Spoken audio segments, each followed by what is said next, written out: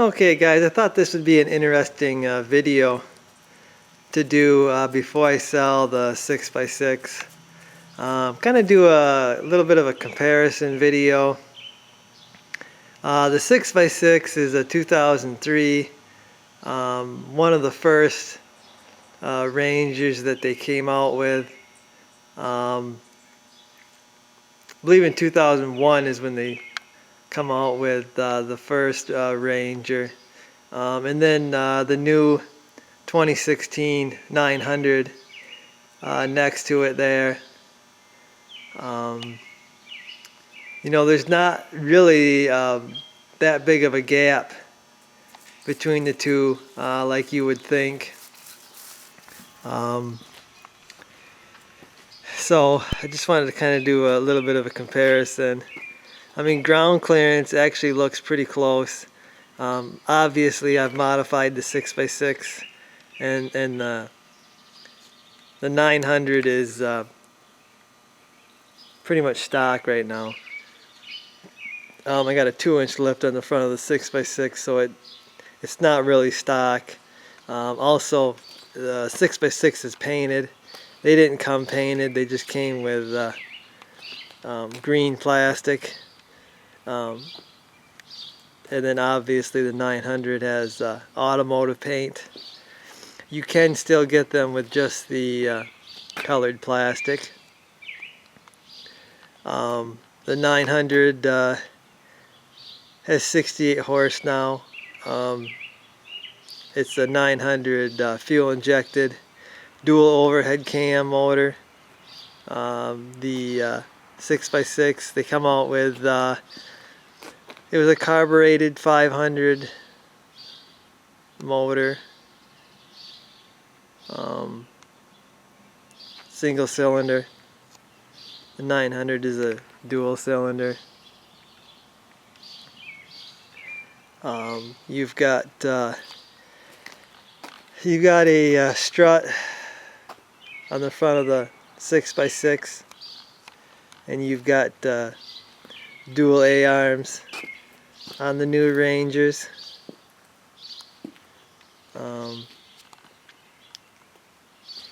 And then another big comparison here is the rear axle. Even on a 4x4 it was a straight axle on these first Rangers. And obviously the new Rangers are all independent rear suspension. So the ride is a lot better on these newer Rangers, but you know, load capacity, you know, they're still rated for the same. They might be rated for a little more now. They're real close, but the new ones will squat more. The 6x6 there, and even the older 4x4s, they don't squat much when you load them down. That does equal to a stiffer ride, but honestly I've been running both of these since I got the 900. I've been kind of running them both, and like I said, they're not too far apart from each other. You know, I don't know what they cost when they were new, but you can pick up an older Ranger, you know, 4,000, 4,500, pretty easily. A decent one. You know, you do what I did, you're gonna have 6,000 or so in them. The way it sits right now, maybe 6,500. And then the new Ranger, as it sits there, you know, it's a little over 12, I believe, for a painted one. And then you got the windshield and stuff, and top and back windshield, and you're probably around 14. So there's a pretty good gap between price. I think there's a lot more gap between price than actual capability. The older Rangers, they'll do, they'll do everything the 900 will do. No, they won't go 60 mile an hour. And like I said before, the ride is not going to be as soft as the newer Rangers. I guess we can do an interior comparison. You can see the new ones, nice stitching on the seats. And the older ones pretty much just had a gray bench seat. Fuel tank, there's a little more fuel capacity in the newer ones. Dash, again, this has been painted. They usually come green or yellow. This one was yellow. Switches are pretty much the same. The switches and the wiring is pretty darn close to what they were doing originally.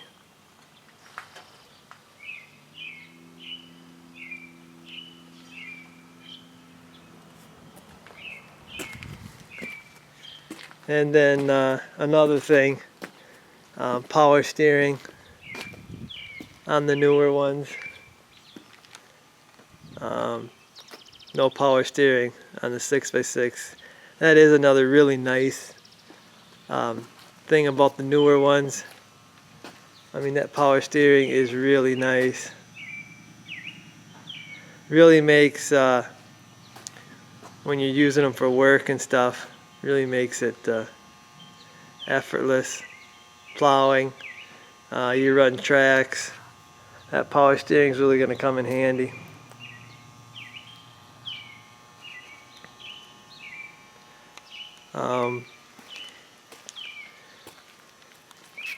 Yeah, I don't know what else to do a comparison on. I mean, they had dumping beds way back then.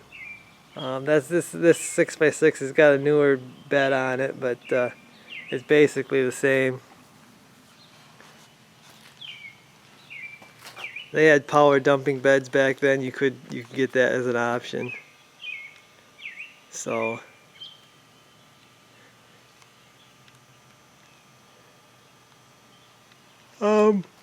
they moved the motor back on these 900s. It's in the back now.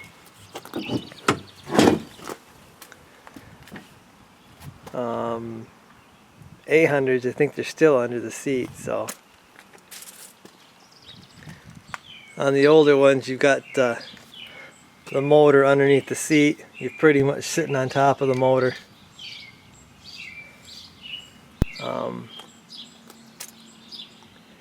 Quite a bit more heat, quite a bit more noise comes through.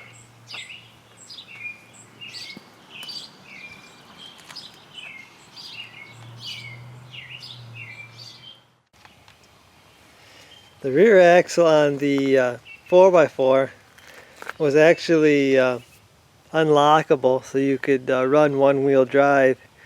Only difference between the newer ones and the older ones was it was actually a mechanical system of unlocking the rear axle. The newer ones are all push button now. You just this had all-wheel drive. This is a 6x6, so the rear is always locked up.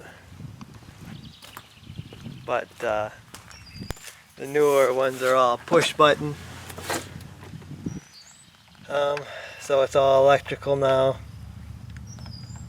But the older ones had the same options as far as turf mode, and then locked rear axle, and then all-wheel drive.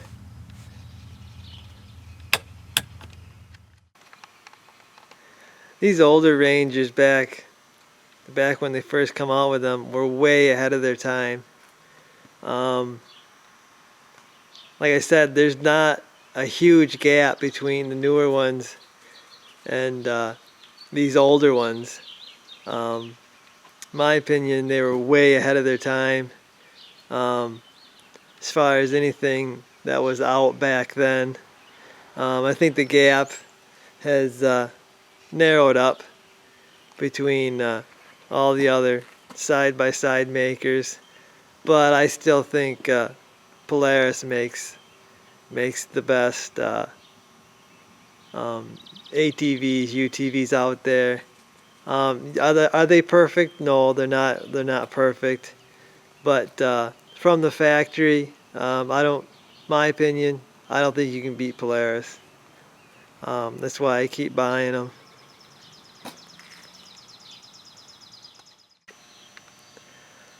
So that's my little comparison video of one of the first Polaris Rangers made, and then the latest one.